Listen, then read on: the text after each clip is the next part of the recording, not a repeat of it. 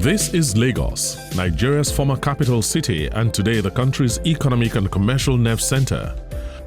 Although she had the smallest geographical size in the country, Lagos has always attracted a huge population influx daily from within and outside Nigeria by people in search of success and economic prosperity.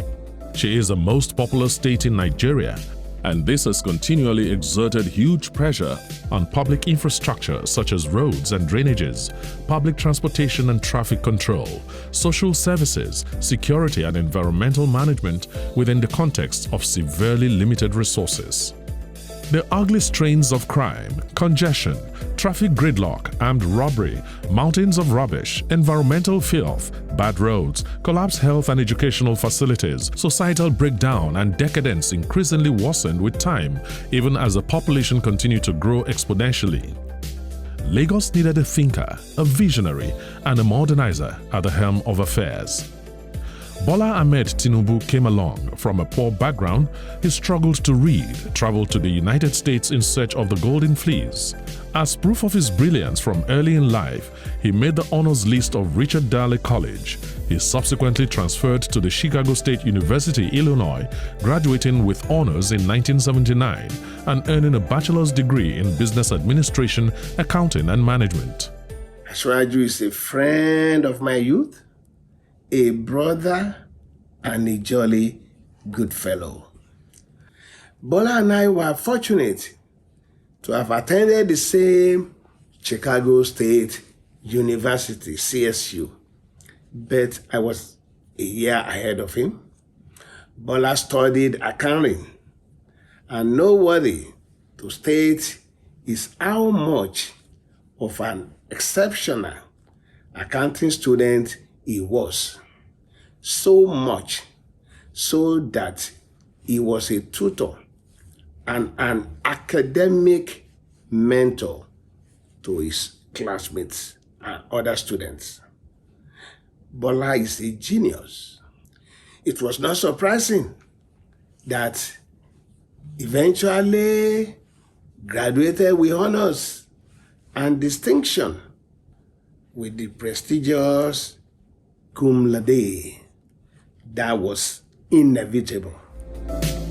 Upon graduation with honors and several awards, Bola Tinubu cut his professional teeth at the American-based Arthur Andersen Deloitte Haskins & Sells, now called Deloitte Haskins & Touche, and GTE Service Corporation, the largest communication and utility company in the United States of America. Meanwhile, at Deloitte Haskins & Sells, the young and professional Bola broadened his experience by participating in the auditing and management consultancy services of General Motors, First National Bank of Chicago, Procter & Gamble, International Harvester, GEC, and other Fortune 500 firms. On his return to Nigeria with his international experience in finance management, young Bola joined Mobil Producing Nigeria as a senior auditor before he retired as the company's treasurer.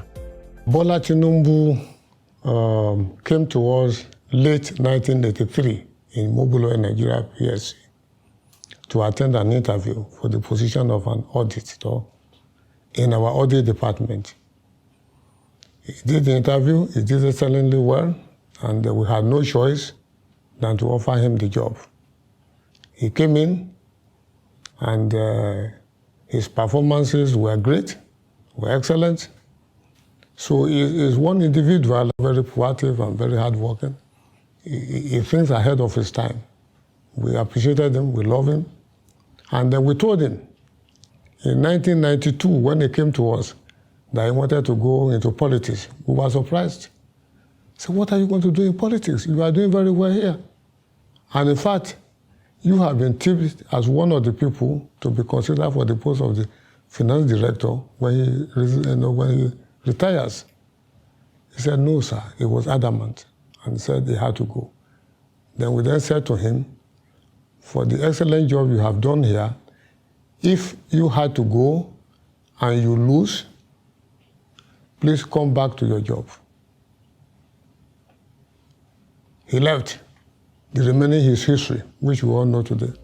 Asiwaju Bola Tinubu opted fully for public service in exchange for his lucrative job at Mobil.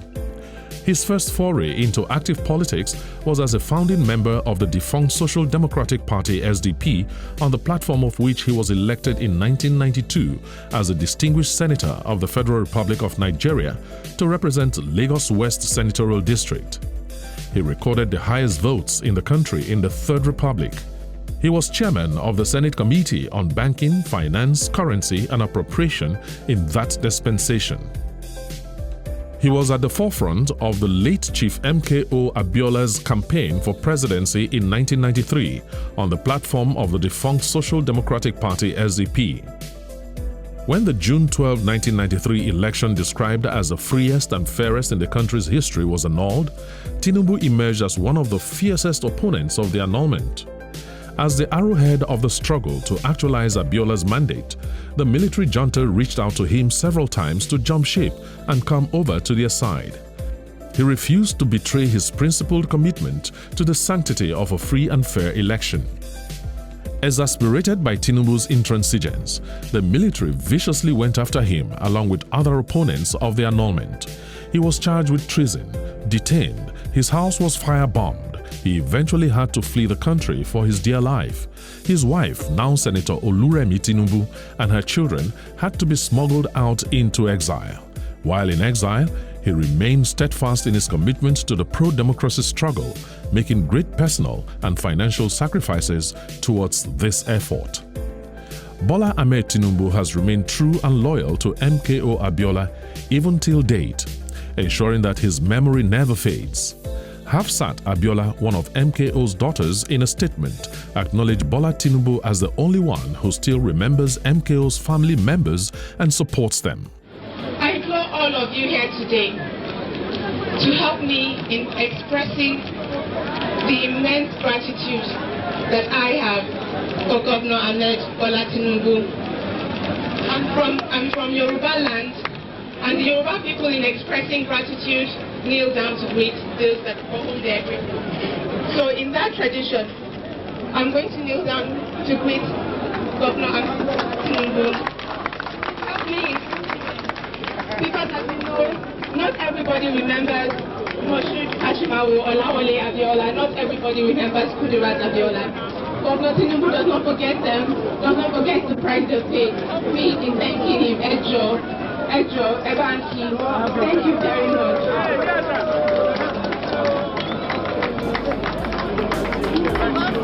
In the year 1998, Asiwaju Bola Tinubu returned to Nigeria to heed a call for all Nigerians to join in the process of national reconciliation and development. A year later, he began his two-term public service as an elected governor of Lagos State on the platform of the Alliance for Democracy, AD. Under Tinubu's 8 years as governor, Lagos came alive. Lagos had finally found a person with a vision and mission heading the government, a person who came prepared for the office. How can we so easily forget that one person who believed in the potentials and capabilities of this country?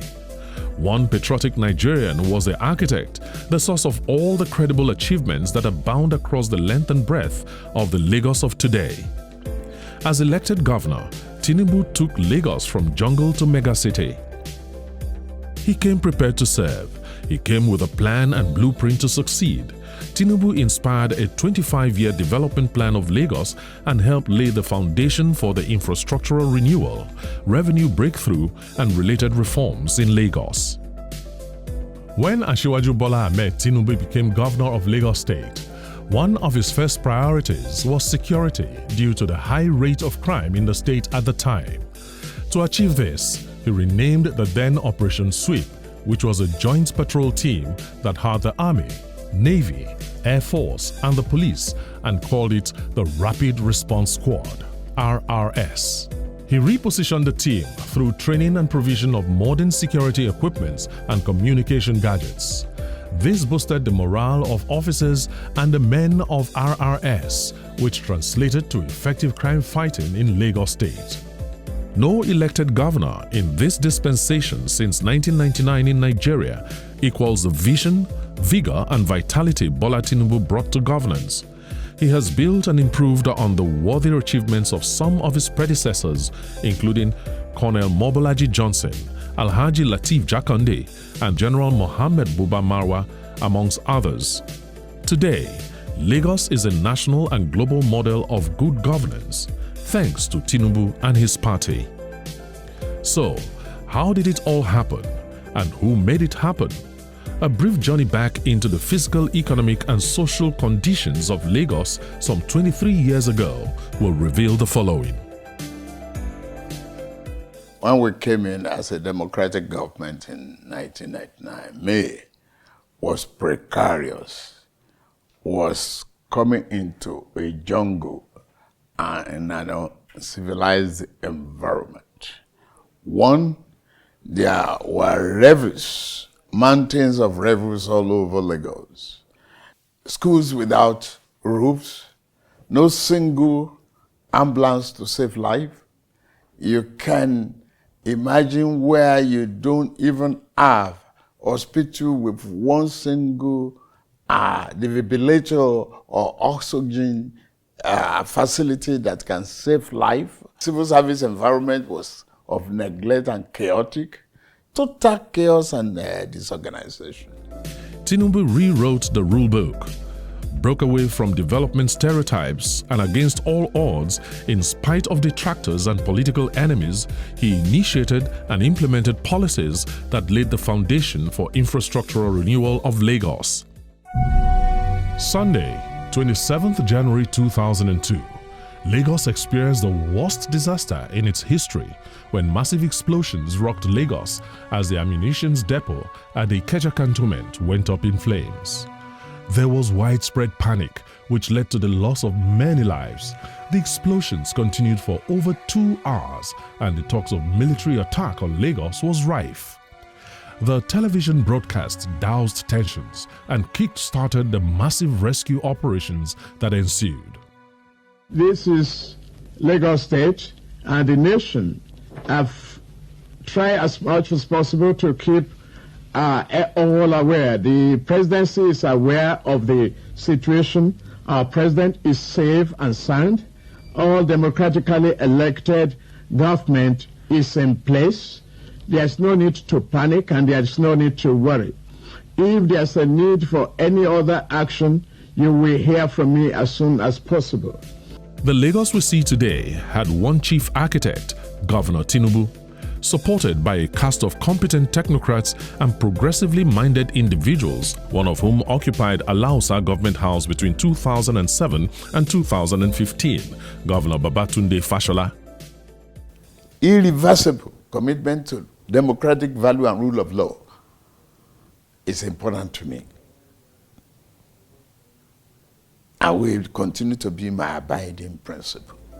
Over 200 professionals of international standing formed 31 transition committees and recommended short, medium and long-term measures to make Lagos great again. Their recommendations were woven into a 10-point agenda whose implementation was phased across 25 years. For instance, legendary child health advocate and former Minister of Health, Professor Olikoyi Ransom Kuti, chaired the Committee on Health. It recommended the rehabilitation of the Island Maternity Hospital and other general hospitals as immediate measures. This was followed by the establishment of primary health care centers in each ward in the medium term as part of an efficient primary health care system that will attend to 70% of patients to enable general hospitals handle secondary health care. Other elements of the 10-point agenda include roads, comprising aggressive road rehabilitation in the short term and construction of new roads in the medium term. Transportation, traffic management in the short term and integrating the mass transit program with roads, rail and water transport services, Lamata, Lagbos, etc. in the medium term. Power and water supply, introduction of independent power projects beginning with Enron IPP for industries in the short term and IPPs on the island, Alausa, Akute, Odomola and Adian Waterworks. Environment and physical planning, beautification and waste clearing in the short term, followed by community-based and integrated solid and liquid waste management in the medium term. Education, curriculum review, ownership review in the short term, infrastructural renewal and scholarships in the medium term. Revenue enhancement, short term, diversification of revenue sources, widening the tax net and effective revenue collection mechanism and database development in the medium term.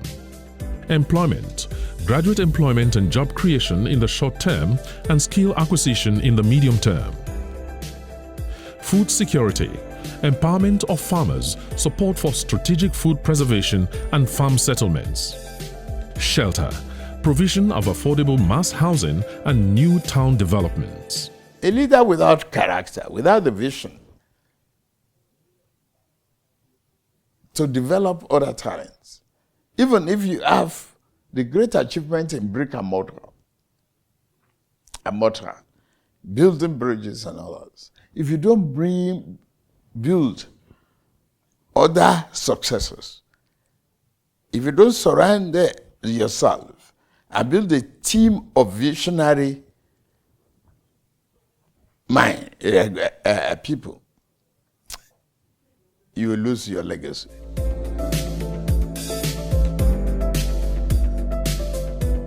On his assumption of office as governor of Lagos State in 1999, Asiwaju Tinubu inherited a state that was practically bankrupt. The total budget size of Lagos State at the inception of his administration was a little over 14 billion naira, while the state's internally generated revenue was approximately 600 million naira monthly. Yet, the public sector wage bill was 800 million naira. The implication was that Lagos State was entirely dependent on allocations from the center, which was grossly insufficient to meet the huge challenge of rebuilding a state that had been neglected and allowed to decay for over 2 decades. Tinubu's re-engineering of the finances of the internally generated revenue of Lagos remains a sterling contribution. No matter how brilliant you are, no matter how brilliant you have an idea, it dies on the shelf of thinking if you cannot back it with revenue. And so, Asiwaju sought the services of the best professional tax consultants. Through deft financial engineering, Tinubu turned around the finances of the state, and by the time he left office in 2007, the IGR of Lagos was over 7 billion naira monthly. Governor Fashola built on this strong foundation, and the IGR of Lagos became over 15 billion naira monthly. Through meticulous planning and disciplined implementation, the Asiwaju Tinubu administration grew the budget size of Lagos State from 14.2 billion naira in 1999 to 240.866 billion naira in 2007. It is significant that at no time during Tinubu's stewardship did budget implementation performance fall below 60%. In a similar vein, the Tinubu administration consistently maintained an annual budgetary ratio of at least 60 to 40% in favor of capital over recurrent expenditure to ensure rapid infrastructural development. Initially conceived by the Asiwaju Bola Ahmed Tinubu's administration as a solution to environmental hazards arising from the flooding of the Lagos Bar Beach, the Eco-Atlantic project has snowballed to play host to a prime real estate location in Africa. Over the years, the Bar Beach had developed a reputation for overflowing its bank and claiming lives and property. Many times, the Ahmadu Bello Way was closed for safety reasons.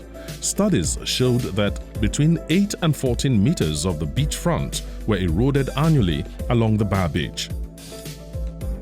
In 2003, the idea of a modern city on the Atlantic coast was publicly discussed to be sited on what used to be the Bar Beach out of the reclaimed land. It will be called Eco-Atlantic City, a residential and business district standing on 10 million square meters of land reclaimed from the ocean and protected by an 8.5-kilometer-long sea wall. Today, the project has come alive with high-net-worth individuals and companies, and even the U.S. government is building an edifice on the site. In barely 8 years under Asiwaju's astute guidance, Lagos became financially viable and autonomous of the federal government. Lagos was attracting new investments in diverse sectors on a daily basis, despite the depressing national economic climate. upgrading of the buildings and facilities in the Lagos State University Teaching Hospital, LASUTH, to world-class grade, expansion and rehabilitation of old general hospitals in Lagos, Bagada, Ekpe, Ikorodu, Badagry, Agege, and the Island Maternity. I've converted the liability confronting Lagos to asset of great value. Along Osumban, by the way, we used to pick dead bodies. People had forgotten truck pushers in those areas. You have dirtiest coastal line along, Ozumba, by the way, all through Lekki Corridor. I brought private investors, hospitality. Now, they created the boat club, civic center, that is of great value to many people today. That was a refuse dump. Nobody easily will remember that. Oriental Hotel was a refuse dump. Miles, of refuse along that corridor. It took several months of excavation and great investment for those investors to take the risk. The majority of those assets they claim are not mine. I create economic path, a recovery path for Lagos. There's no state that can brag of the exponential development that is going on in Lekki Corridor today. Construction of 6,000 housing units such as the Abraham Adesoya Estate, Aja, Ibeshe Low-Income Housing Scheme, Oba Adeyinka Oyekon Estate, Lekki, Ayongbore Phase 2, Ikorodu, as well as the Oke Eletu and Okowaba Low-Income Housing Schemes, among others. The modernizing idea of BRT system initiated by the visionary Asiwaju Bola Ahmed Tinubu's administration was sustained by the Akinwumi Ambode administration, which initiated the construction of a massive ultra-modern multi-layered park for buses in Oshodi. It is consistent with the master plan conceived by Asiwaju Bola Ahmed Tinubu to make public transport system in Lagos not only more pleasurable but also at par with the experience in advanced countries. The idea of a light rail project for Lagos State was originally conceived by the first civilian governor, Alhaji Lateef Jakonde, in 1983. It was to be called the Metro Line. However, the project could not be consummated before the civilian administration was terminated by the military coup of 1983. When he took over as governor of Lagos State, Asiwaju revived and expanded the idea to not one, but 7 light rail projects in Lagos State to reduce the overdependence on road transportation and to reduce traffic congestion in the state. The 27-kilometer Lagos Blue Line rail mass transit will run from Lagos Marina to Orile-Igomu, to Mile 2, to Okokomaiko, and ultimately down to Badagry. It will commence commercial shuttles in January 2023. The Red Line, which was started from scratch by the Babajide Sanwo-Olu administration, will run from Agbado to Lagos Marina and will come on stream later in the first quarter of 2023.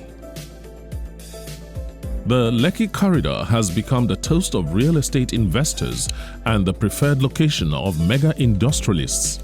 Lekki today boasts of the Dangote refinery and fertilizer plant worth over $19 billion, the Lekki Free Trade Zone, Lekki Deep Sea Port, amongst others. One man envisioned all this about 20 years ago. The man is Asiwaju Bola Ahmed Tinubu. In 2006, he conceived an idea to develop some parts of Lekki Peninsula into a blue-green eco-friendly environment. This was to become the new industrial hub of Lagos. To make it attractive to local and international investors, it was to have the status of a free trade zone. His successor, Babatunde Fashola, continued the project and Governor Akinwumi Ambode gave the project attention. The present governor of the state, Babajide Sanwo-Olu, is following the footsteps of his predecessors, and today, the Lagos Free Trade Zone is not only contributing to the economy of Lagos State, but also Nigeria's GDP in general.